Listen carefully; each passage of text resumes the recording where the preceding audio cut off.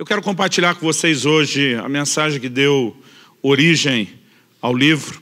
Eu quero que você, então, me acompanhe ali em Filipenses, no capítulo 3. Nós vamos ler os versículos 7 e 8 de Filipenses 3. Depois que a gente lê, eu vou pedir para você manter o texto aí ou aberto ou marcado, porque depois eu quero voltar nos versículos anteriores. Paulo diz assim: mas o que para mim era lucro, isso considerei perda por causa de Cristo. Sim, deveras considero tudo como perda, por causa da sublimidade do conhecimento de Cristo Jesus, meu Senhor, por amor do qual perdi todas as coisas e as considero como refúgio para ganhar a Cristo. Nesse texto, o apóstolo Paulo faz uma declaração.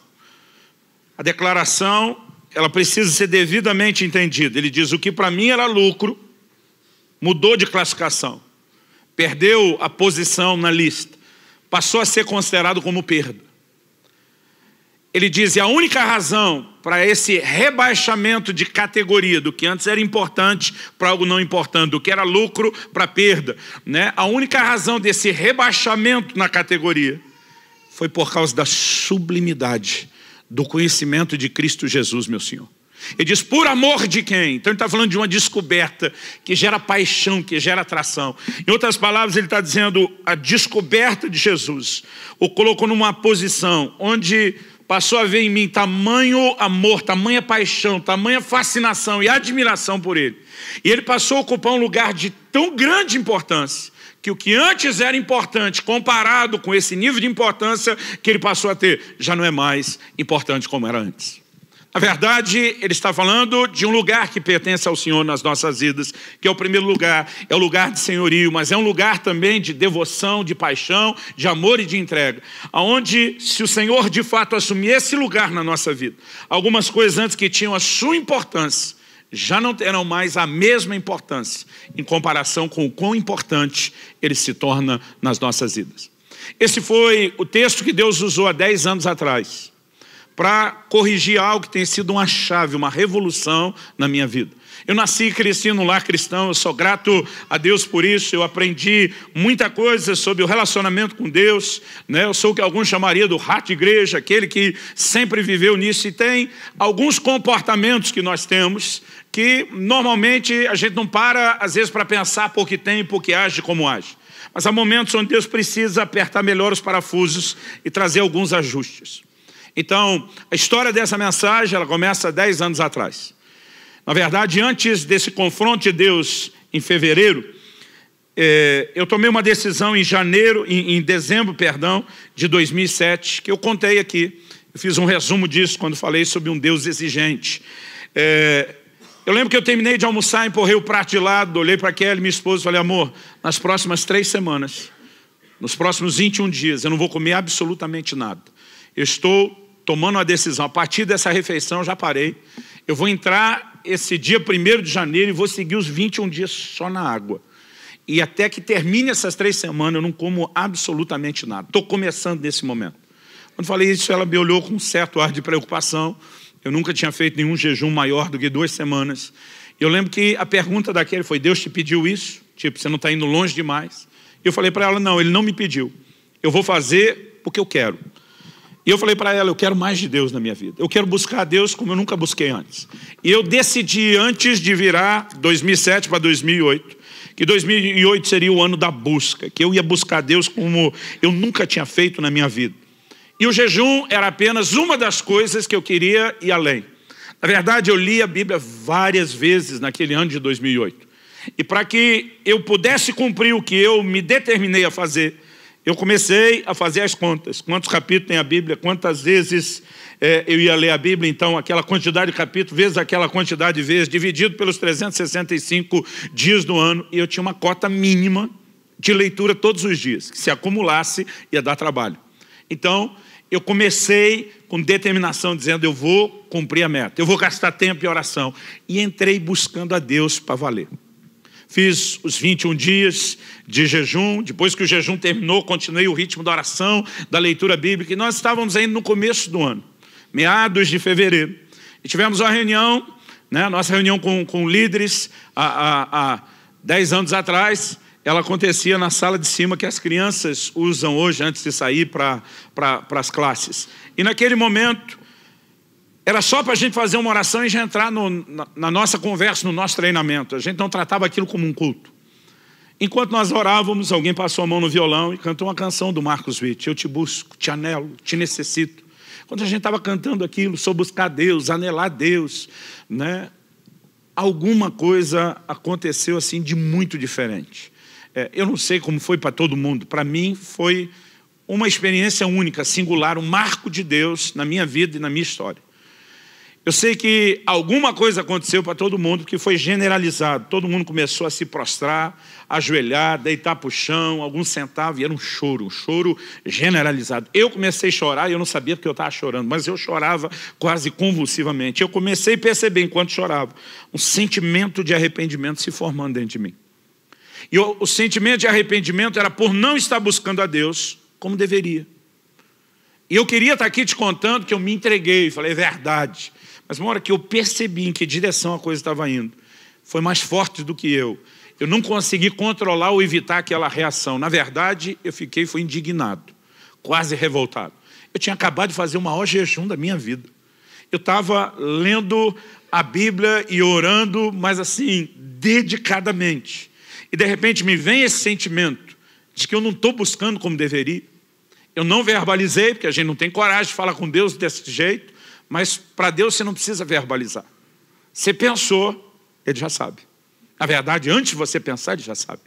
O salmista diz, a palavra ainda não me chegou à boca e tu já conheces. Então quer dizer, pensa numa relação transparente com Deus, é a nossa. Ele é o Deus onisciente, presciente, não dá para esconder nada. Então mesmo não tendo coragem de verbalizar, eu sabia que Ele estava ouvindo. E aquele sentimento foi, se isso não está bom, quando é que vai estar bom para você? Porque o que eu senti era uma cobrança de que a performance não estava boa o suficiente. E naquele momento o Senhor me respondeu, e essa frase ela virou o tema da mensagem, ela virou o tema do livro. A frase que o Espírito Santo falou ao meu coração naquele momento de choro, de visitação de Deus, foi até que nada mais importe. E diz, quando você chegar a um lugar onde eu sou tão importante na sua vida, a ponto das outras coisas perder importância, você chegou onde eu queria. O que você está fazendo nesse momento é apenas melhorar a sua performance e não necessariamente aumentar o seu interesse. Você está quebrando os seus recordes, está jejuando mais do que antes, está lendo a Bíblia mais do que antes, está orando mais do que antes. Mas o fato de você incrementar a performance não significa que necessariamente você esteja me buscando como deveria. Pastor, então significa que não adianta a gente orar, jejuar, ler a Bíblia? Não é isso que eu estou falando. O grande dilema que eu quero começar abordando em primeiro lugar é o dilema da performance versus paixão. Porque há uma diferença, querido, entre você melhorar a performance e você ter um coração de fato atraído por ele. Em Marcos 7, nos versículos 6 e 7, Jesus cita o profeta Isaías. Ele diz, foi a respeito de vós, hipócritas, que Isaías profetizou. Agora presta atenção, Isaías profetizou isso cerca de 700 anos antes. Aí Jesus está falando para aquela geração, você acha que Isaías falou só com a turma deles? Vocês estão envolvidos nisso, cambado. Ele estava falando de vocês. Então se a mensagem dele se estendia 700 anos depois, envolvendo mais gente, não pense que eu e você escapamos dela. Porque na verdade Isaías não falou apenas para uma geração. Ele falou a respeito do comportamento humano. Ele falou a respeito de uma área ou de um assunto onde eu e você podemos falhar e tropeçar. E o que é que ele da parte de Deus falou? Isaías diz, esse povo me honra com os lábios, mas o seu coração está longe de mim. Em outras palavras, está dizendo, a performance do culto de adoração é boa, mas o coração não está te acompanhando. Não existe paixão nesse nível de performance que você está apresentando. Então o Senhor diz, em vão me adoram. Ele diz, adoração perdida. Alta performance, baixa paixão, adoração perdida e comprometida. E de repente o Senhor começou a falar ao meu coração e tudo começou a partir desse texto de Filipenses. Na verdade, pedi para você deixar aberto, volte comigo no versículo 4 de Filipenses 3. A gente leu o 7 e 8, agora vamos ler o 4, 5 e o 6, e aí você vai entender o contexto da declaração de Paulo. Ele diz, bem que eu poderia confiar também na carne. Se qualquer outro pensa que pode confiar na carne, eu ainda mais. Circuncidado ao 8º dia, da linhagem de Israel, da tribo de Benjamim, hebreu de hebreus, quanto à lei fariseu, quanto ao zelo perseguidor da igreja, quanto à justiça que há na lei, irrepreensível. O que Paulo está dizendo? Está dizendo, gente, eu já nasci, vamos falando no linguajar que você entende, eu já nasci crente. Circuncidado ao 8º dia, apresentado, dedicado a Deus desde a minha infância, oferecido para pertencer ao Senhor, criado nessa estrutura religiosa, mas em outro texto ele diz, me avantajando aos da minha idade. Ele diz, quanto ao zelo, eu fui fariseu. Os fariseus eram parte da seita mais severa dentro do judaísmo. Hoje, talvez, a maneira de se referir ao que eles eram seria classificá-los como os beatos, carola, aqueles que realmente eram empenhados. Ele diz, de acordo com a justiça que há na lei, eu fui irrepreensível. Ele estava dizendo, pensa num cara que andou na linha. Ele diz que até a perseguição na igreja foi por zelo. Ele classifica depois, sem entendimento, escrevendo aos romanos, mas com zelo, na boa intenção. Em outras palavras, Paulo está dizendo, olha para a minha vida religiosa, para a minha alta performance. Eu era o cara. Então, quando lá na frente ele está dizendo que antes para mim era lucro, eu considerei perda. Durante muito tempo eu lia esse texto, imaginando que Paulo estava falando da vida errada antes da conversão. O que antes para mim era lucro, era importante. Aquele tipo de prazer, aquele tipo de realização que era a gratificação carnal. Agora que eu sou de Jesus, já não é mais lucro. Agora eu entendi que é perda e faz dano. Eu pensava isso assim. Não é disso que Paulo está falando. Ele está dizendo aquela performance que eu valorizava tanto, que era tão importante, que eu me orgulhava dela, aquilo que era lucro. Diante da sublimidade de conhecer a pessoa e entender o que é paixão por ele, a performance desmoronou, ela perdeu completamente o seu valor. E naquele dia o Senhor falou comigo, o que você está fazendo é melhorar a performance e não necessariamente melhorar a sua busca. Porque aperfeiçoar a sua busca não é quebrar os seus recordes e melhorar suas marcas, é aumentar o seu interesse por mim. E nesse momento o Senhor falou, não é necessariamente o que está acontecendo dentro de você. E aquilo foi um choque. É muito importante que a gente comece falando desse dilema de paixão versus performance. Na carta ao anjo da igreja de Éfeso, no Apocalipse 2, de 2 a 5. O Senhor Jesus começa elogiando uma igreja de alta performance. E diz, conheço as tuas obras, o teu labor e a tua perseverança.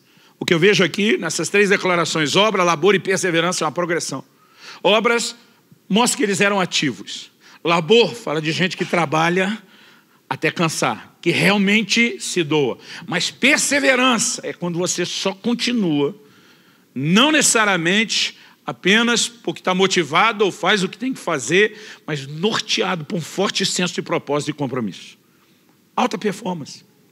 Era uma igreja que tinha resiliência, isso tem que ser destacado. E de suportastes provas por causa do meu nome, não desfalecestes. A igreja tinha controle de qualidade, o que mostra não necessariamente que eles eram críticos ou exigentes, mas que eram sérios, comprometidos. E dispuseste a prova os se dizem apóstolos e não são, e os achaste mentirosos. Então, pensa na igreja, que quando você olha a descrição, qualquer pastor disse, eu aceitaria cuidar dessa turma. Gente de alta performance. Mas o Senhor diz, mas tenho porém contra ti, que abandonaste o teu primeiro amor. Sabe o que ele está dizendo? Não adianta você apresentar um alto nível de performance e um baixo nível de paixão. Pastor, o senhor está dizendo que a performance não é importante? Não. Estou dizendo que a performance não substitui a paixão. Se ela for o efeito colateral da paixão, se ela for o desdobramento e a consequência da paixão, ótimo. Se ela for a substituição, péssimo. E quando nós entendemos essas verdades, isso precisa reorganizar a nossa vida e a nossa atitude. Naquele dia, chorando naquela sala, aqui ao lado, há 10 anos atrás, o Espírito Santo falou no meu coração e disse, você lembra aquela história do supermercado? Eu falei, lembro. A verdade, já não lembro todos os detalhes, mas a história eu me lembro muito bem. Um dia desse, sentei com a Kelly e falei, quem era o casal? Eu falei, eu acho que era fulano. Ela falou, não era fulano. Não pode ser por causa...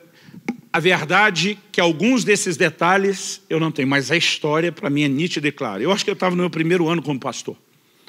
E eu fui chamado para mediar uma discussão. Eu fui chamado para mediar um problema que um casal teve. Na verdade, a gente brinca que o casal crente não briga, tem excesso de comunhão. Eles tiveram um exagero na comunhão. E aí fui chamado para mediar a conversa. Eu chego, pensa no marido indignado. Quando eu cheguei, já foi protestando. Pastor, essa mulher é louca. Então eu falei, calma. Jó chamou a mulher dele de louca e tinha razão. Vamos ver se você tem razão. O que aconteceu? Pastor, eu lembro que na época Eu lembro que era recém-casado, que me parecia muito tempo de casado. Eles estavam com cerca de 20 anos. Não sei se era perto de completar ou recém-completado. Vou deixar aqui no cerca, mais ou menos. Eu lembro que falou, nós temos cerca de 20 anos de casado. Essa mulher sempre quis que eu fosse com ela no supermercado. Pastor, eu odeio supermercado. Eu falei, não é só você, o sindicato é grande. Mas e daí? E foi daí que eu resolvi agradar a mulher. Depois de 20 anos. Eu resolvi ir com ela no supermercado. E essa louca me chega e diz, eu não quero que você nunca mais vá comigo no supermercado. E ele estava revoltado. E a mulher serena, tranquila, esperando a vez dela e com um sinalzinho assim. Depois dele falou eu. Aí quando ele encerrou mais ou menos, falei, sua vez. Ela já começou assim, pastor, eu nunca quis que ele fosse comigo no supermercado. Irmão, nem deu para ela continuar, ele quase demoniou. É uma louca, eu estou falando, tem testemunho, eu vou chamar. Já queria trazer o filho. Falei, para, é a vez dela agora. Eu falei, irmã do céu, eu estou com dificuldade de acreditar que eu só não queria que ele fosse no supermercado. Eu falei, eu sei que as mulheres não são todas iguais. Talvez você não seja daquelas que quer discutir a relação no supermercado.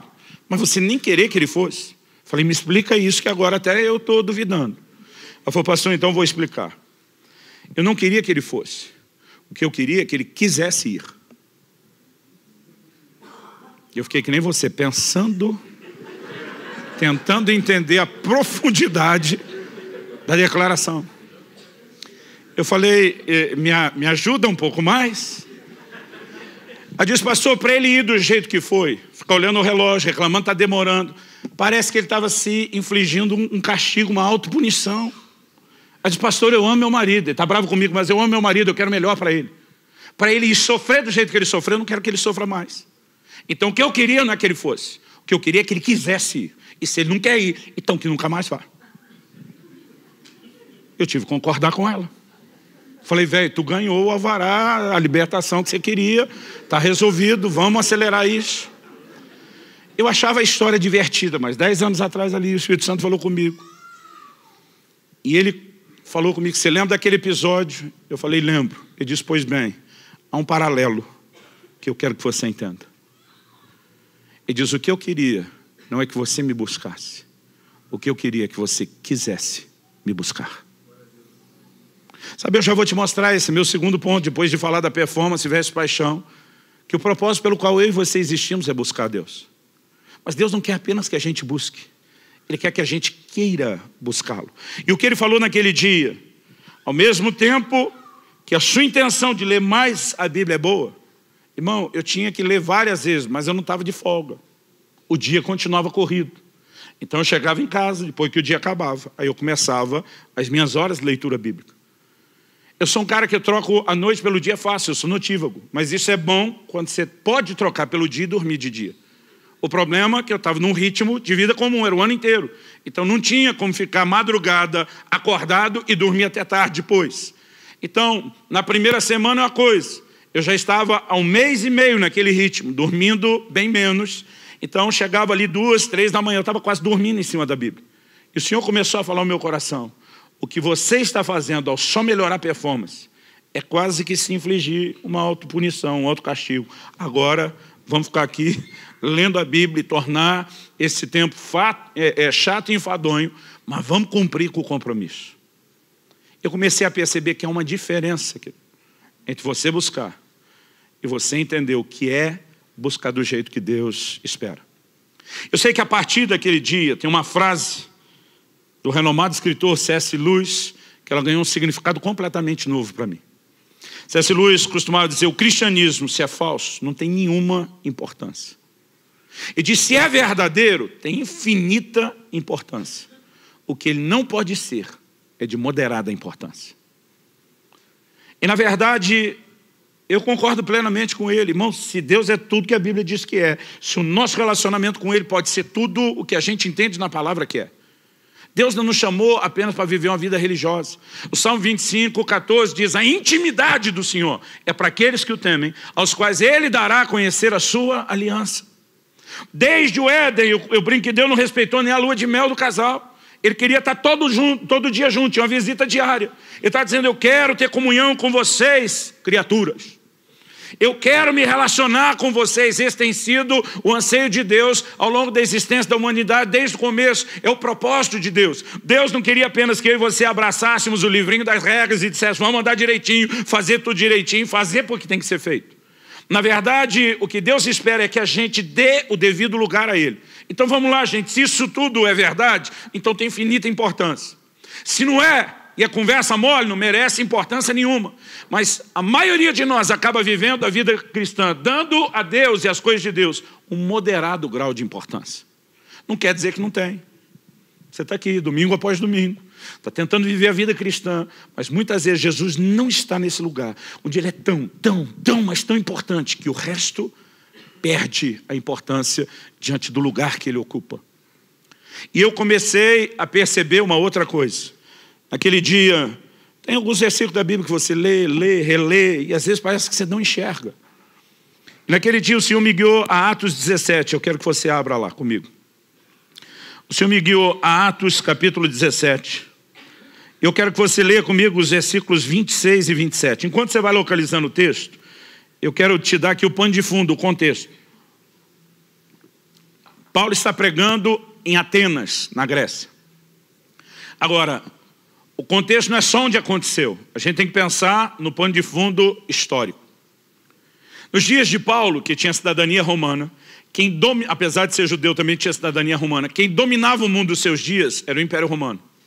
No entanto, antes de Roma, o império que dominou o mundo antes de Roma foi a Grécia de Alexandre o Grande. Alexandre não manifestou só o poderio militar e econômico, mas ele tinha uma visão de expansão da cultura. A helenização, nós vamos espalhar a língua, nós vamos espalhar a cultura, os nossos valores. Então, o Novo Testamento foi escrito e produzido na época do Império Romano, mas foi escrito em grego. Porque a influência era a língua universal daqueles dias. Alguém esses dias falou, pastor, é tipo o inglês daqueles dias. Eu falei, mais ou menos isso. Agora, o que eles espalharam não foi só a língua, foi uma cultura. E Paulo está em Atenas, que era o maior palco da filosofia do mundo da sua época. Até hoje não se estuda filosofia sem se remeter aos mestres gregos. E Paulo está lá no centro, no ninho, no coração do lugar que influenciou o mundo. E ele começa a abordar a questão de propósito nesse cenário. Para que Deus criou o homem? Eu não creio que isso foi acidente. Paulo está intencionalmente mexendo naquele tipo de resposta que os gregos mais procuravam. Lê comigo.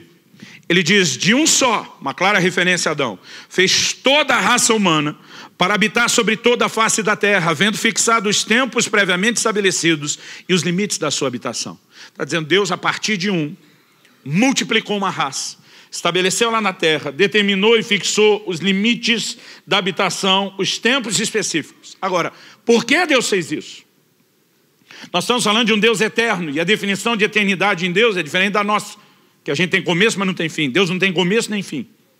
Outro dia alguém brincando falou assim, em algum lugar lá no meio da eternidade, como se ela fosse divisível, Deus resolveu criar um homem. Com que propósito? Versículo 27, Paulo explicitamente diz, e até 10 anos atrás, mesmo tendo crescido no lar evangélico, nascido e crescido no lar cristão, sendo instruído na palavra, eu nunca tinha enxergado isso com a clareza que eu enxerguei naquele dia. Qual era o propósito da criação? 27. Para buscarem a Deus. Para que a humanidade foi criada. Porque eu e você, que somos parte da raça humana, fomos criados. O que é que Deus tinha em mente? Qual era o plano? Qual era a ideia? Qual era o projeto? O texto diz que era para que nós buscássemos a Deus. Então você existe para isso. Essa é a razão da sua existência. Fala para alguém perto de você, fala, você existe para buscar Deus. Agora, vamos continuar lendo, ele diz assim, para buscarem a Deus, se porventura, tateando, o possam achar, bem que Ele não está longe de cada um de nós. O que é esse tateando? Tateando é a busca limitada. É quando você está desprovido de visão, sai apalpando. Você, como eu, já deve ter sido pego por esses blackouts, falta de luz, e a gente ficava dizendo, eu tenho certeza, hoje a nova geração com celular não tem esse problema, A nossa era assim, eu tenho certeza que tem uma vela, uma lanterna naquela gaveta tal. E aí a gente saía no escuro, apalpando para procurar. Então, esse tipo de busca apalpando é a busca onde nós estamos desprovidos de visão. Nós não estamos no nosso melhor, mas é possível conseguir resultado. E do outro lado, a Bíblia diz que Deus não está longe. Em outras palavras, está dizendo, vocês são limitadinhos para buscar, mas eu vou facilitar. Eu não consigo ler e falar desse texto sem lembrar de um episódio que para mim é marcante. São muito boas memórias. De quando meus filhos eram bem crianças, ainda uns toquinhos de gente. Uma das coisas que eu gostava de brincar com eles era de me esconder e eles tinham que me achar. Mas lógico, irmão, estamos falando de umas crianças, né, que ainda eram uns toquinhos de gente, eu tinha que facilitar.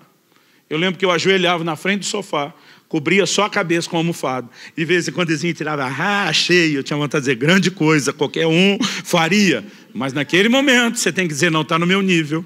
Eu tenho que facilitar, porque o propósito era me achar. E eu queria que eles me achassem. Quando começou a ficar óbvio demais, porque começa a pegar um pouquinho de idade, da almofada já não tinha graça. Então eu ia para trás da cortina da sala. Eu fazia questão de não encostar na parede, mas naquela época, mesmo se encostasse, a barriga era bem maior do que hoje. E quem riu já está há mais tempo aqui na igreja, lembra disso? Então, eu fazia questão de deixar o pé aparecendo. Às vezes forçava ainda o volume, empurrava a cabeça.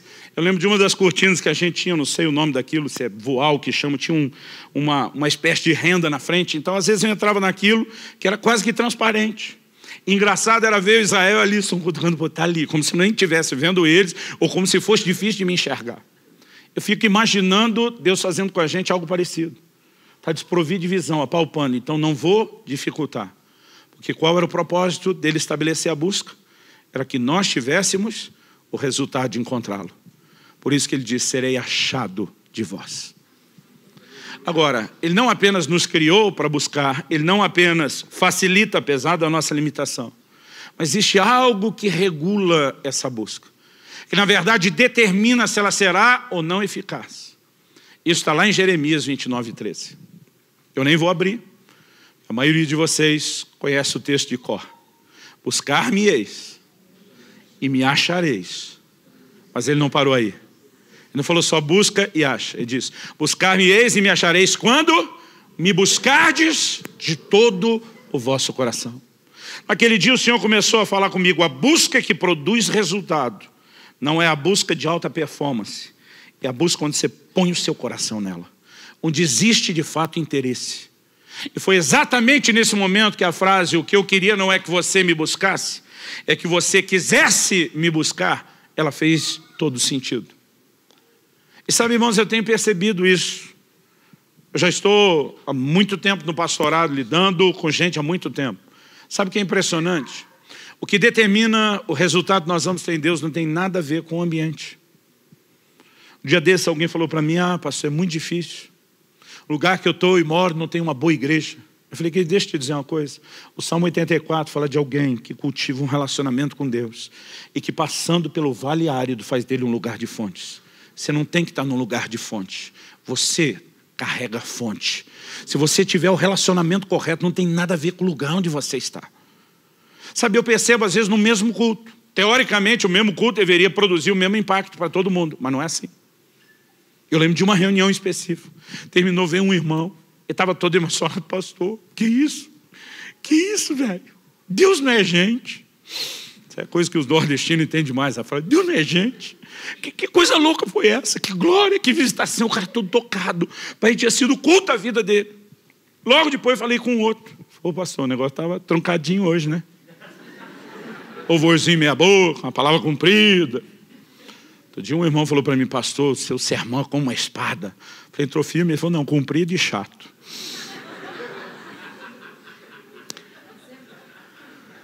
Esse estava brincando, os que normalmente pensam assim, normalmente não fala para a gente. Aí, essa pessoa está dizendo, o cultinho truncar. Eu estou pensando, os dois estavam na mesma reunião, porque não é possível. Esse aqui dizendo, Deus não é gente, dizendo que foi a glória. E esse outro dizendo que a coisa foi ruim. Irmão, deixa eu te dizer, nem sempre é a reunião. Na maior parte das vezes é você. É o seu coração. E nós precisamos entrar nesse lugar onde o nosso coração começa a ser tão atraído, tão cativado pelo Senhor, que isso não apenas vai fazer as outras coisas perder importância e garantir que Ele tem um lugar de preeminência, de primazia na nossa vida, Alguém me perguntou esses dias, pastor, esse livro é a respeito de amor por Jesus? Eu falei, não, esse livro é a respeito de tudo na vida cristã. Quando perguntaram a Jesus qual é o maior mandamento, ele diz, amarás ao Senhor teu Deus de todo o coração, com toda a alma, com todo o entendimento, com todas as tuas forças. O que é que Jesus estava dizendo? Que isso é o que de mais importante tem, você não vai achar nada na Bíblia que concorra com isso. Por que que é o mandamento mais importante? Porque ele gera alinhamento em todas as áreas. E o maior mandamento não é só amar a Deus, é amar a Deus com tudo que há em você. Você tem que pôr tudo de você nisso. Quem ama o Senhor de todo o coração, anda em obediência. Jesus diz, aquele que tem os meus mandamentos e os guarda, esse é o que me ama. Porque é impossível você colocar Deus nesse lugar da maior importância e cuspir na cara dele, pecando deliberadamente todo dia. Ou ele está nesse lugar, isso vai te afastar do pecado, ou você está envolvido com outras coisas e não deu a ele a devida importância. Paulo diz que o amor é o cumprimento da lei. Quando nós entramos nesse lugar, isso não só define a posição que o Senhor tem na nossa vida, não só define as respostas que nós devemos dar, gera um efeito em cadeia em todas as áreas da nossa vida. E nós precisamos entender por que o assunto é tão sério. Nós não estamos falando mera e simplesmente de paixão. É muito mais do que isso. Se envolve o lugar de senhorio, envolve o lugar de primazia dele, envolve as escolhas que eu e você teremos que fazer. Eu gosto de uma frase de Wesley. Ele diz que não se admita no coração outro desejo ou propósito, cujo objeto supremo não seja ele. Toda vez na história que você acha os santos homens e mulheres de Deus que chacoalharam a geração, você vai perceber coisas em comum. E uma delas é o nível de inclinação, de predisposição que eles tinham no coração, entendendo a razão pela qual haviam sido criados e por que existiam. Irmão, você já parou para pensar por que é que Deus te deu o direito de escolha? Por que é que ele deu o livre-arbítrio? Todo dia alguém falou, pastor, mas Deus dá ao homem a opção de pecar. O senhor acha mesmo que foi uma boa ideia? Deus dá ao homem a opção de não escolhê-lo. Falei, eu não olharia por esse lado. Deus nos deu a opção de escolhê-lo. E não a opção de não escolhê-lo. O que ele queria é que nós usássemos a escolha e por decisão fôssemos ao encontro dele. Agora, que sentido faz? Deus, em vez de programar eu e você para ser um robô automatizado que faça a vontade dele, ele nos dá o direito de escolher porque ele quer que a gente escolha correto. E daqui a pouco eu e você estamos vivendo a vida cristã debaixo de um peso, de um fardo, da obrigação de fazer algo que o nosso coração não está tão alinhado. Se nós não corrigirmos isso, que nós já perdemos a essência de tudo. E se você entende que o propósito pelo qual o homem existe é a busca, e que a busca que Deus espera é essa onde põe todo o coração, então você vai descobrir que um dos seus grandes inimigos que atrapalham o propósito pelo qual você existe, uma das grandes armadilhas da sua vida não é só o pecado.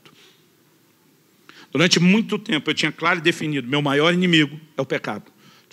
Alguém me perguntou, pastor, não é o diabo? Eu falei, não, é o pecado. Porque se eu não pecar, o diabo não pode fazer nada comigo. A Bíblia diz que aquele que está em mim é maior do que aquele que está no mundo. Só que a Bíblia diz para não dar lugar ao diabo. Isso acontece quando eu e você pecamos e quebramos princípios. Então eu falei, o que eu preciso é me vigiar. O que eu preciso é me guardar. Eu tenho que me manter longe do pecado. E durante muito tempo na minha vida cristã eu pensava, esse é o problema. Mas há 10 anos atrás, naquela salinha, o Espírito Santo falou comigo, você não está errado quando reconhece que o pecado é um inimigo. Você está errado quando acredita que ele é seu único inimigo. O Senhor diz, um inimigo que vocês não reconhecem como inimigo, porque ele não tem cara de inimigo.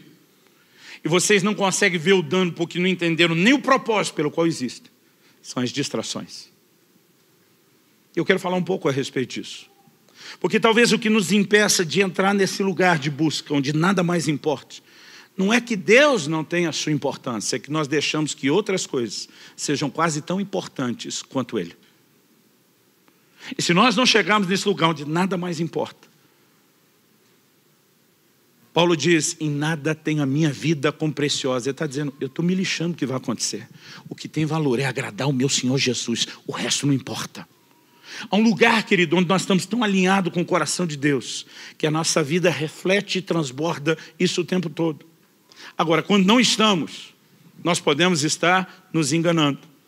Em Êxodo, no capítulo 5, dos versículos 7 a 9, nós vemos que quando Moisés é enviado por Deus para falar a Faraó, para libertar o povo, a palavra que Moisés traz a Faraó é, deixa meu povo ir para que me adore.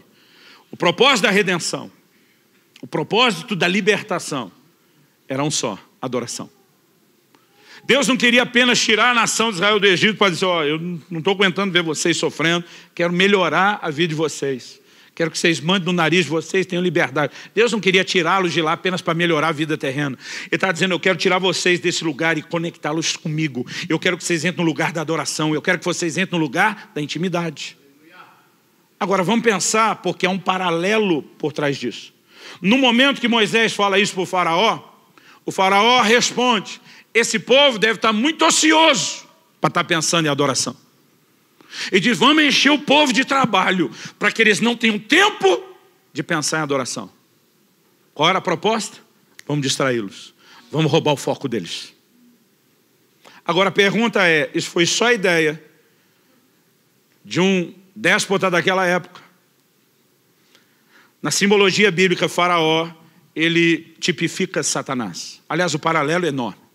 Eles, como nação, Israel estava debaixo do senhorio de Faraó? Sim. Estavam debaixo de escravidão de um tirano? Sim. Essa é a nossa história. Colossenses 1,13 diz que Deus nos arrancou do império das trevas. A gente também estava. Quando foi que eles saíram? Na noite em que o cordeiro de Páscoa foi imolado. O sangue foi derramado. Quando foi que eu e você saímos debaixo do tirano que nos oprimia? Quando o Senhor Jesus morreu por nós. E Paulo escreve aos Coríntios e chama Jesus de o nosso cordeiro pascal. Agora, não era só a morte do cordeiro. Eles tinham que pegar do sangue do cordeiro, colocar nos umbrais das portas.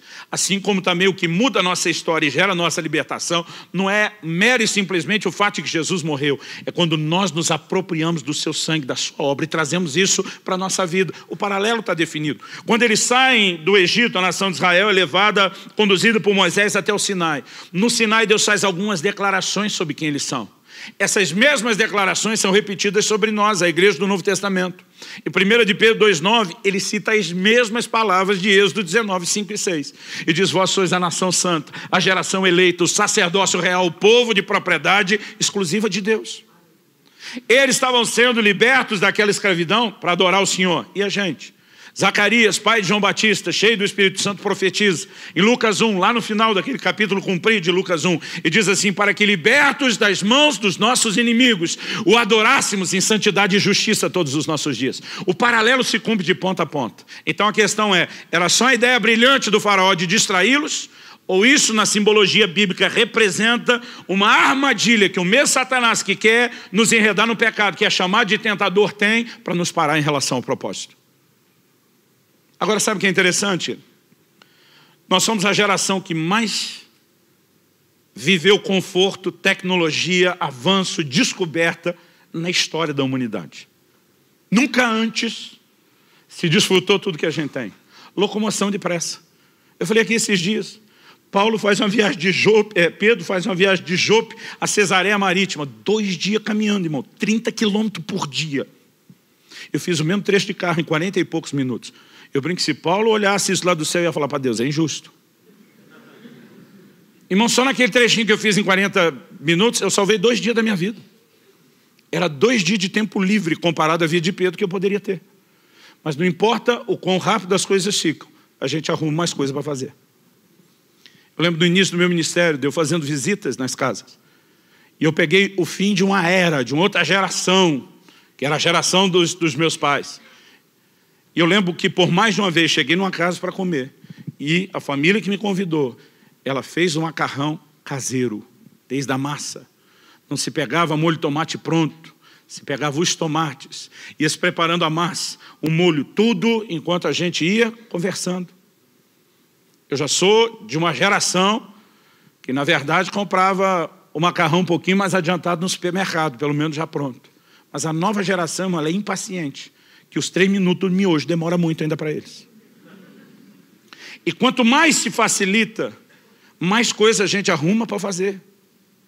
Irmão, eu lembro da época em que a gente tinha que programar para ter tempo num fim de semana e conseguir assistir um filme, porque era 2 horas, era muito tempo num dia. A nova geração toma um porre de série, um episódio atrás do outro sem parar. E quanto mais tempo a gente ganha em algumas coisas, mais a gente perde em outras. Porque, na verdade, a gente toda hora se deixa distrair. Alguém disse, um certo pregador disse, que uma das coisas boas das redes sociais. Na época, o Instagram não estava em alta como agora, e ele falou do Facebook e do Twitter. Aí ele diz o seguinte, uma das coisas boas é que quando nós chegarmos diante de Deus para prestar conta, não vai colar desculpa, eu não tinha tempo para orar. Porque o Senhor vai puxar o registro e dizer, e essas horas que você gastava todos os dias nas redes sociais? A maioria de nós não enxerga, mas há muitas distrações. Em Lucas 14, Jesus estava comendo, a partir do versículo 15 até o 20, nós temos esse relato. Jesus está comendo e alguém solta um comentário, bem-aventurado quem comer contigo no reino. Jesus aproveita o contexto, tanto da comida como do comentário do camarada, e fala de uma parábola, de uma ceia, um banquete que foi preparado. Banquete na Bíblia, querido, é mais do que comer para repor as forças no dia a dia. Fala quando se senta para celebrar algo, do tempo de comunhão, é a valorização, tem convidados. E ele preparou o banquete e convidou. E não é um convite assim, dizendo, gente, daqui um mês vai rolar, põe aí na agenda. É mais ou menos o seguinte, estou te chamando, nós vamos ter um grande banquete, vai ser tudo preparado. E naquela época, vai ser tudo preparado, se preparava mesmo do começo ao fim. Quando estiver pronto, nós vamos chamar vocês. Nós não estamos falando de dias, nós estamos falando de uma expectativa de algo que vai acontecer no mesmo dia. E quando o banquete estava pronto e mandou a notícia para os convidados, eles começam a dar desculpas. Jesus relaciona 3 desculpas. O primeiro diz, comprei um campo, não posso ir. O segundo diz, comprei 5 juntas de bois e tenho que experimentá-las, não posso ir. O terceiro, na verdade, diz, casei-me, portanto não posso ir. Se você for examinar cada uma das escusas, das desculpas, nenhuma delas é errada em si mesmo. Elas são boas, elas são legítimas. Na verdade, eu acho que a gente classificaria não só como não errada, como boa e legítima. Talvez para cada uma delas a gente poderia dizer resposta de oração, bênção de Deus, cumprimento de promessa. Nunca vi alguém tratar a aquisição de uma propriedade como problema. Pastor, ora comigo, a coisa está feia, comprei uma casa própria. Hã? Ninguém vai tratar isso como problema, irmão. O cara chega, glória a Deus, pastor. Deus ouviu minhas orações. Bênção de Deus, cumprimento de promessa. Além de não ser errado e ser algo bom e legítimo, a maioria de nós ainda vai olhar, bênção do Senhor. O segundo diz, comprei 5 juntas de bois.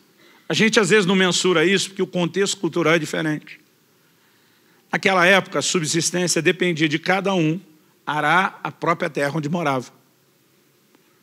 Eles não tinham comida pronta sendo vendida o tempo todo, como a gente faz hoje. A maioria tinha que, no seu quintal, plantar alguma coisa, colher aquilo, preparar a sua própria comida. Esse era o contexto. Hoje em dia, quando a gente fala de agricultores, nós estamos falando de um pequeno percentual da população, que tem grandes campos de plantio para abastecer todo mundo que não planta. E a gente é feliz que eles continuam plantando para ter comida para a gente. A maioria de nós não produz isso. A gente trabalha para ter o dinheiro para comprar de quem produz. Então nós perdemos a noção. Agora, o camarada na época ter 5 juntas de bois, 10 bois a mais, para ajudar a arar, colher, significava o quê? Um aumento na produtividade. Aumento na produtividade significava também aumento nos ganhos. Você consegue imaginar alguém chegando e dizer, cara, ora por mim, coisa terrível, meus ganhos esse mês triplicaram. O cara aumentou a produtividade, está tendo retorno com isso? Empolgação, bênção de Deus, resposta de oração, cumprimento de promessa. Você não vai achar algo ruim naquilo. A terceira desculpa, então, nem se fala. Essa não dá para criticar, porque é a ideia de Deus. O cara diz, casei-me. Criação de Deus. Não dá para olhar e dizer, cara, você errou escolher casar. Alguns erram com quem escolhe. Mas não é a escolha de entrar no casamento em si que seja errado. Agora, o problema não é se as coisas são certas ou erradas. O problema é que coisas boas, legítimas, certas, elas podem ocupar um lugar errado. Então, comprar uma propriedade não é ruim, mas se isso se torna desculpa para você deixar de viver a essência pela qual você existe e recusar atender o chamado de Deus, então essa coisa que não é ruim ocupou um lugar errado. Aumentar a produtividade não é ruim, mas quando isso começa a te distrair do verdadeiro motivo e propósito pelo qual você existe, então ocupou um lugar errado. Até o casamento, Paulo escreve aos Coríntios e fala de um solteiro que pode se dedicar desimpedidamente ao Senhor, enquanto o marido e a mulher não tem que agradar o outro. Ele não está revogando, dizendo, ó, Deus mudou de ideia, esse negócio do casamento não funcionou, deixa quieto, não é isso que ele está dizendo. Mas ele está dizendo, até aquilo que Deus deu, se você usar de forma errada, vai te atrapalhar no propósito para o qual Ele te criou. Então a questão não é se as coisas são certas, é o lugar que elas estão ocupando na nossa vida. É o valor que nós estamos dando a elas em comparação ao valor que deveríamos dar ao Senhor. E, gente, distração é algo que anda de forma sorrateira. A maior parte do tempo a gente não percebe. Esse fevereiro de 2008, 10 anos atrás, naquela salinha, enquanto o Senhor me corrigia e falava essas coisas comigo, Ele me chamou a atenção de algo. Ele me disse: no ano passado, você me trocou por aquele filme. Quando ele falou isso, irmão, doeu. Eu falei: golpe baixo esse. Já me arrependi, o Senhor já me perdoou, o Senhor não deveria tocar no assunto. Ainda preguei para Deus. Já pregou para Deus? Eu já dei sermão em Deus às vezes. Falei: a tua palavra diz que dos nossos pecados o Senhor não se lembra. Lá no livro de Miqueias, o Senhor diz que lança eles na profundeza do mar. Se juntar os dois textos, deve ter algum mar do esquecimento. Falei: eu me arrependi, o Senhor não devia estar me cobrando disso. Agora, para você entender, deixa eu contar a história. Então, a gente está indo e vindo de 10 anos atrás. Agora vamos para 11 anos atrás. Fevereiro de 2007. Começamos o ano com um evento de avivamento, tipo o sobrenatural do carnaval. O evento era quinta, sexta e sábado. Na quinta preguei eu, sexta e sábado convidei um outro amigo que veio e nos abençoou muito. Na sexta Deus já usou ele assim de uma forma singular. E nós tivemos uma noite muito especial, tremenda. No final eu estava tão empolgado, falei: velho, você abençoou tanto meu povo. Foi hoje o que desejar a sua alma. Pode escolher o restaurante que você quiser. Não importa o que, não importa o preço. Eu vou te dar a melhor janta. Ele falou: quer mesmo me agradar, gordinho? Do que eu lembro a conversa do jeito que aconteceu na época. Falei: quero. Ele falou: esquece a comida. Nós comemos algo rápido, simples e barato. Mas quer me agradar? Eu estou doido para assistir um filme. Falei: cara, eu estou vários dias na estrada, correndo, um batidão, não paro, não tem tempo para relaxar. Mas ele falou: você sabe o que é viajar. Eu não quero assistir o filme sozinho. Eu queria companhia. Você não viu um filme? Eu falei: vejo. Era na época em que a afinada locadora ainda existia. E nós passamos numa dessas locadoras, ficava aberta até mais tarde.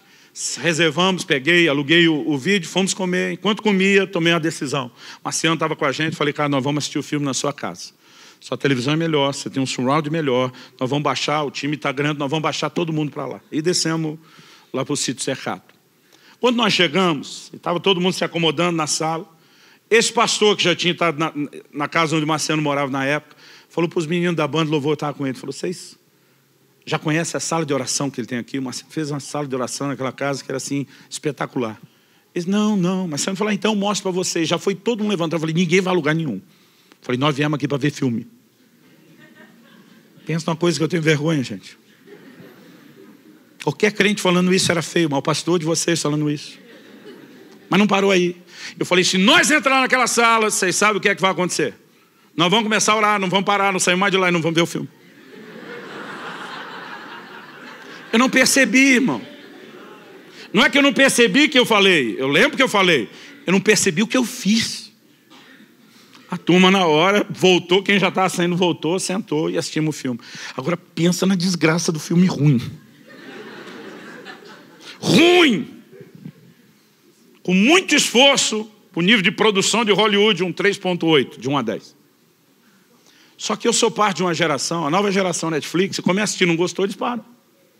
A nova geração não era assim, você dizia: eu fui lá na locadora. Eu gastei tempo para ir lá, tempo para escolher o filme, eu paguei. Então, você insistia. Então, às vezes, você dizia assim: vai melhorar. Mas não melhorava, só piorava.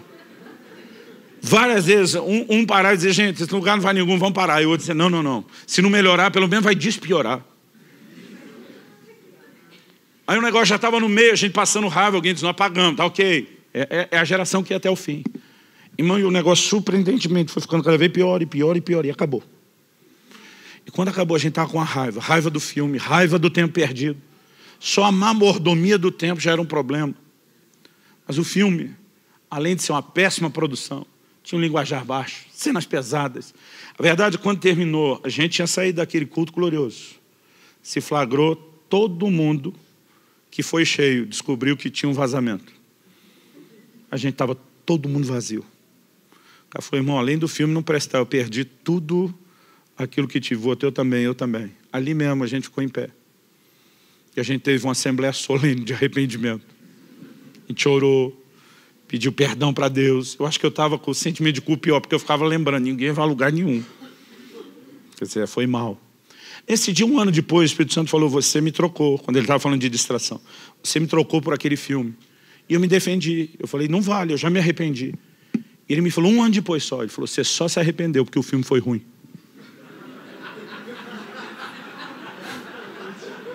Diz, se fosse bom, você nem tinha percebido.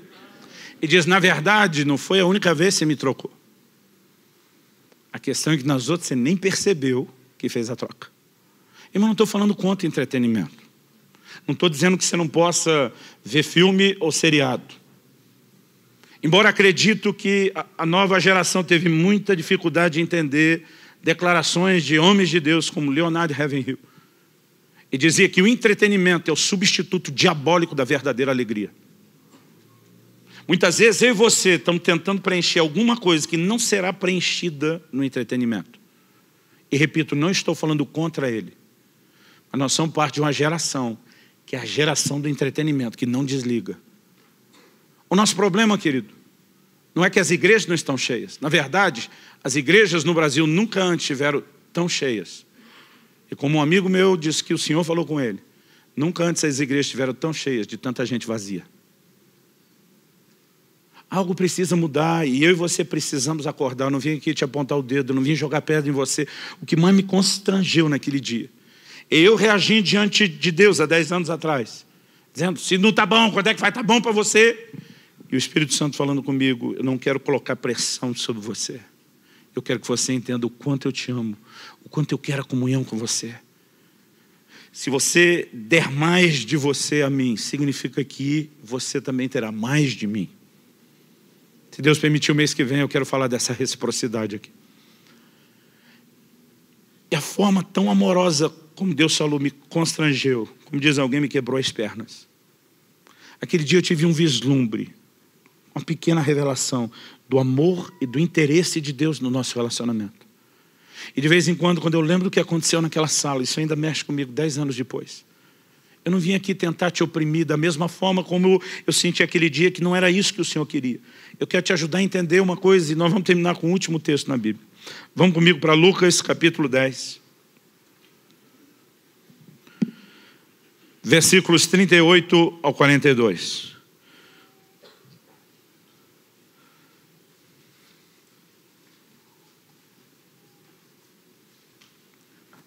O texto diz, indo eles de caminho, entrou Jesus num povoado. E certa mulher chamada Marta hospedou na sua casa. Tinha ela uma irmã chamada Maria, e essa quedava-se assentada aos pés do Senhor a ouvir-lhe os ensinamentos. Marta agitava-se de um lado para o outro. Sua versão diz agitava, a NVI diz estava ocupado com muito serviço. Essa palavra traduzida na versão atualizada de Almeida como agitava, ou na NVI como muito ocupado. Em muitas versões, principalmente as versões no inglês, ela aparece como distraía-se, ou estava distraído. A palavra usada no original grego é a palavra perispal. Ela significa separar, afastar, distrair, sentido primário. O sentido secundário ou de metáfora é entrar no estado de estresse mental, estar distraído. Ao mesmo tempo que fala de estar super ocupado, bastante atarefado, a ênfase também está na distração. Fala não só de alguém que está ocupado com algo, mas está ocupado com algo a ponto de não poder se ocupar com a outra coisa. Então o texto diz, Marta distraía-se de um lado para o outro, ocupada em muito serviço. Então se aproximou de Jesus e disse, Senhor, não te importas que minha irmã tenha deixado que eu fique a servir sozinha? Ordena-lhe, pois, que venha ajudar-me. Qual a indignação de Marta? E a gente costuma jogar pedra em Marta, mas irmão, eu entendo Marta. Se você receber Jesus encarnado, carne e osso, na sua casa, você oferecer qualquer coisa para ele? Eu fico imaginando a preocupação de receber bem o Senhor. Quando Kelly e eu éramos ainda recém-casados, o desafio dela era enorme. Ela estava terminando a faculdade, ela estudava de manhã, trabalhava à tarde para me ajudar a manter a casa e me acompanhava nas coisas do ministério à noite. Eu falei, amor, não é justo você desdobrar dessa forma. Para me ajudar, eu tenho que te ajudar também. Então, assumi com ela o desafio de ajudá-la em tarefas de casa. Só fiz um acordo pré-nupcial, nunca vou passar roupa. E quebrei o pacto, irmão. Devo ter passado 10 ou 12 camisas em 20 anos. Situações de emergência. Mas eu quero te ajudar. Eu lembro de um dia que eu cheguei um pouco mais cedo do escritório da igreja. E pensei, vou adiantar as coisas do almoço. Eu estava pensando, ela ligou em casa. A gente não tinha celular. Ela liga da faculdade. Um telefone público. Chama no telefone de casa. E ela diz, olha, eu esqueci de tirar uma coisa que está no freezer. Se você puder fazer isso, ela diz, ainda bem que você está aí, se puder fazer isso, vai adiantando para quando eu chegar, conseguir, porque era pouco tempo para fazer o almoço. Falei, moça, está por fora, não vou tirar nada do freezer. Hoje quem faz o almoço sou eu. Ela, uau! E o que temos para o cardápio? Irmão, já tinha separado um miojo, uma lata de sardinha, que ia dar uma melhorada no negócio. Mas eu acho que eu me empolguei. E eu falei para ela, massa com peixe. Ela no telefone, uau. Eu pensei, ela sabe o marido que tem. Não estamos falando do Masterchef. Mas desligou o telefone. Depois comecei a pensar, falei, a expectativa vai subir. E vai colidir com a realidade. Mas não tinha mais como ligar de volta. Aí eu estou preparando a massa com peixe, só imaginando o que é que está passando na cabeça dela. O que é que ela vem esperando, o que é que ela vai encontrar. E eu falei, meu Deus, como é que eu saio dessa agora? E aí, para tentar aplacar o impacto da chegada, peguei lembro até hoje, umas fatiazinhas de mussarela, cobri o macarrão que eu tinha feito, dei uma aquecidinha para dar aquela amolecida. Peguei um ketchup, desenhei um coraçãozinho bem bonito. Aí quando ela entrou, ela olhou, ah, que lindo, mas dá para ver a decepção, João. Por que eu estou contando isso? Irmão, se Jesus fosse comer na minha casa, nunca que eu ia dar massa com peixe para ele. Acho que nem colocando a mussarela com o ketchup em cima, enfeitando, eu teria coragem. Eu entendo, Marta. Agora, conhecendo um pouco da dinâmica de funcionamento das famílias, conhecendo um pouco da psicologia do funcionamento familiar, eu imagino que antes de Marta chegar desabafando com Jesus, o Senhor não se importa que eu estou trabalhando sozinho, manda minha irmã me ajudar. Irmão, quando a coisa chega nesse ponto, de dizer, diz para ela ajudar, e ela está na frente de Maria, quando chega ao ponto de falar com alguém da família, como se ela não estivesse presente, a coisa está feia. Eu lembro de uma visita que eu fiz, a família da igreja me convidou para almoçar, estamos lá.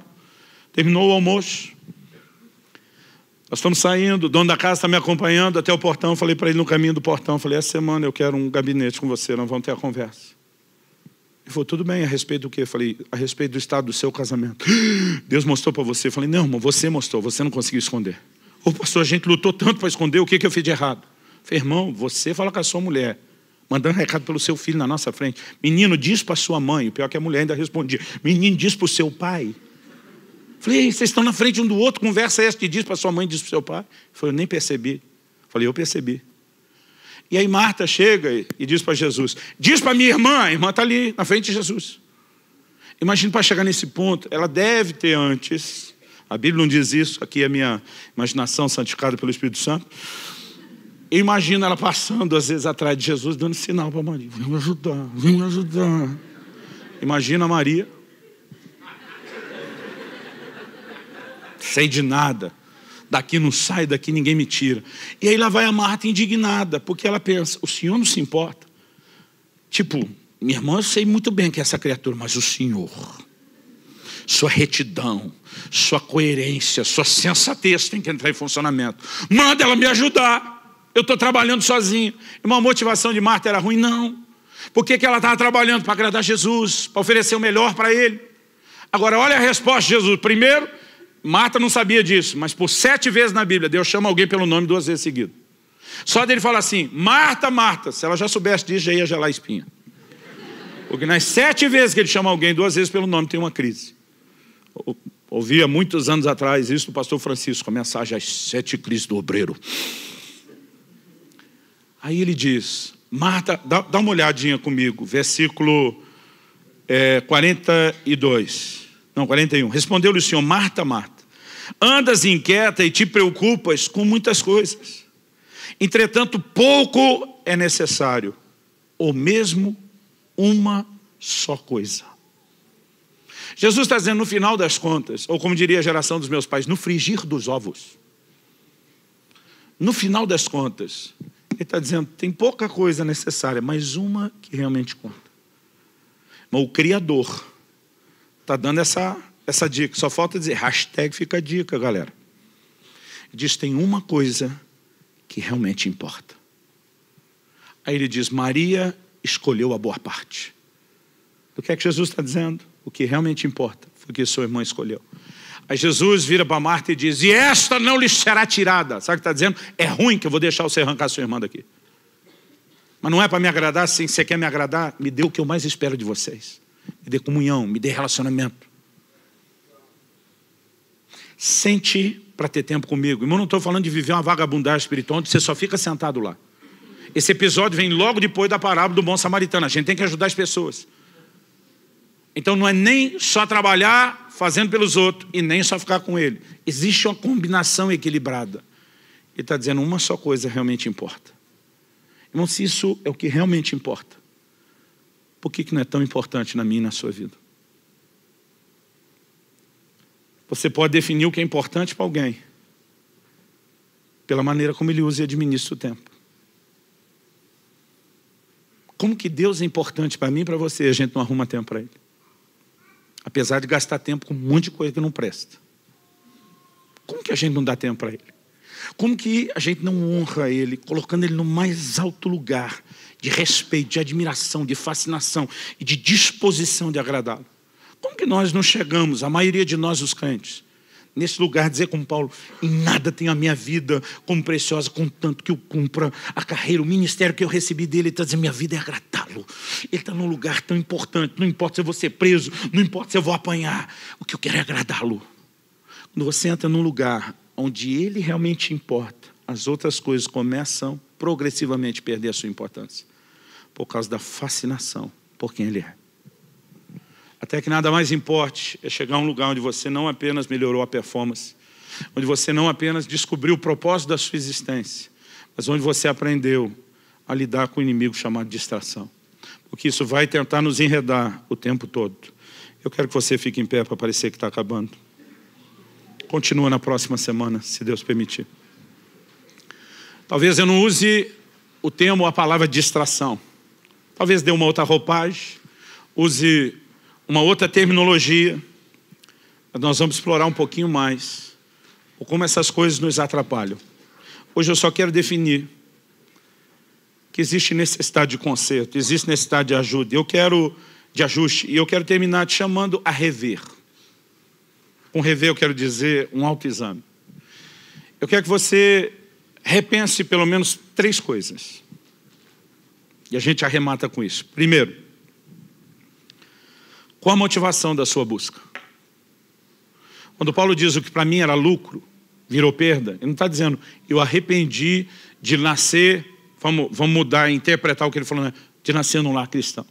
Ele não está dizendo, eu acho ruim que eu fui circuncidado ao 8º dia. Ele está dizendo, o tanto que eu valorizava essa performance toda, eu já não valorizo mais. Não era a coisa em si, era a valorização da performance. A minha pergunta a você, qual é a motivação da busca? Eu me lembro de um dia que o Senhor me confrontou. Eu entrei no quarto da casa dos meus pais, o quarto que eu usava quando era solteiro, e gastava horas em oração todo dia. E me bateu uma saudade do tempo com Deus naquele lugar, eu estava emocionado. E o Senhor falou comigo, por que é que você já não gasta esse tempo que você gastava antes? Eu falei, eu casei, tive filho, o ministério cresceu. O Senhor me disse, essa é a desculpa que você usa, não é o verdadeiro motivo. E diz, o que te fez entrar nesse quarto não era mero e simplesmente os encontros que você tinha comigo. Foi porque te convenceram que esse era o preço necessário para chegar ao lugar de realização ministerial que você queria. Você queria o sobrenatural, você queria os dons, você queria as manifestações, você se enterrou aí horas todos os dias. Mas quando você alcançou aquilo que você realmente estava buscando, o quarto já não era mais tão necessário ou tão atraente. Porque você não estava apenas me buscando, você estava buscando aquilo que eu queria fazer, ou que você queria que eu fizesse. Muitas vezes a minha e a sua motivação até na busca já está descompensada. Talvez não é a performance pela performance, mas às vezes não é o meu resultado, é o resultado de Deus. E a gente tem que pensar isso. Porque até que nada mais importa é ser atraído pura e simplesmente por Ele. A segunda coisa que eu quero que você repense, Qual o nível de importância que, de fato, você dá a Deus na sua vida? Quando eu digo de fato, porque é fácil a gente na teoria falar, Deus é o que eu tenho de mais importante. Como é que você não arruma tempo para Ele? Por que você não obedece a Ele? Por que a sua relação com Ele não é melhor se Ele é o mais importante? Então, de fato, qual o lugar que hoje Ele ocupa? A gente tem que repensar nisso.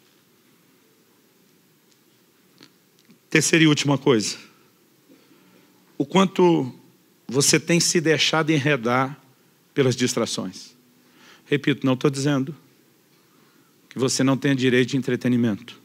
Mas a questão é, no dia a dia, o que nos enreda a ponto de aquele que é mais importante ser só quase tão importante quanto as outras coisas e não ter tanta distinção.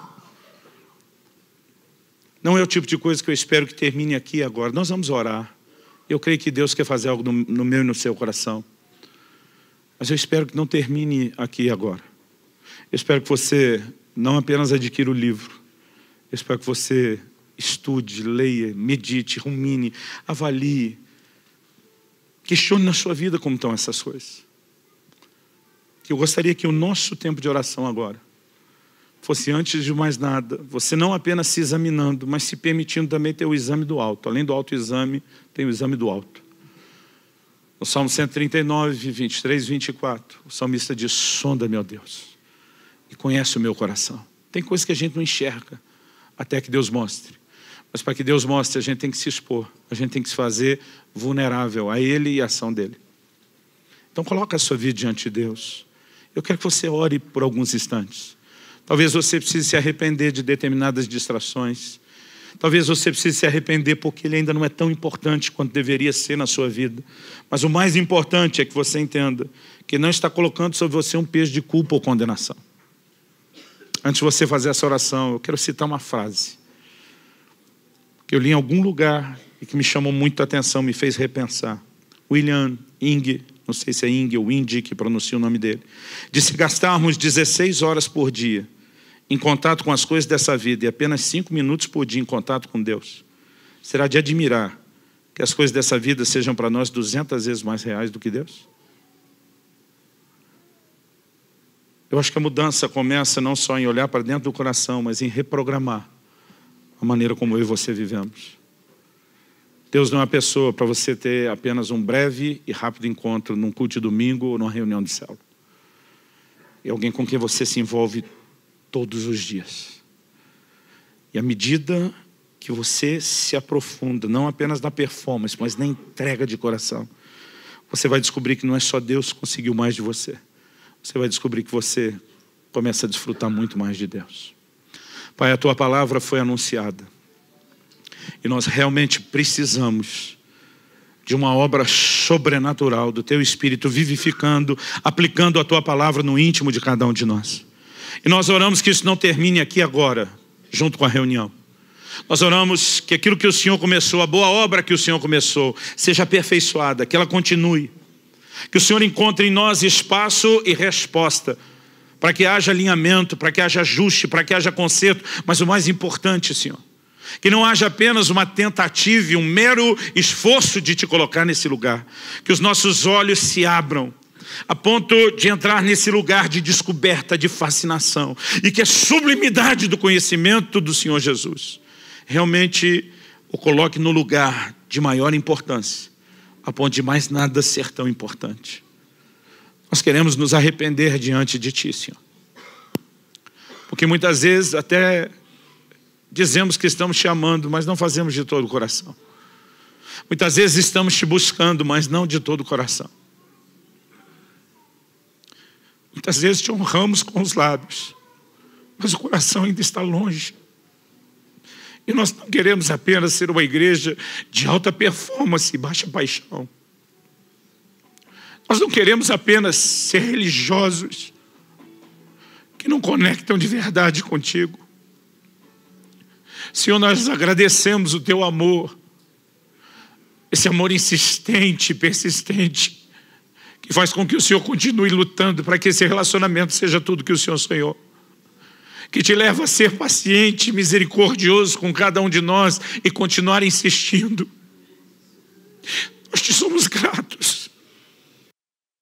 Nós oramos que venham dias de descoberta, que venham dias de percepção do Senhor e da sua presença, que possamos entrar naquele lugar de revelação, que produz o fascínio, a atração e que mantém longe a distração. Vem sobre nós, vem sobre nós.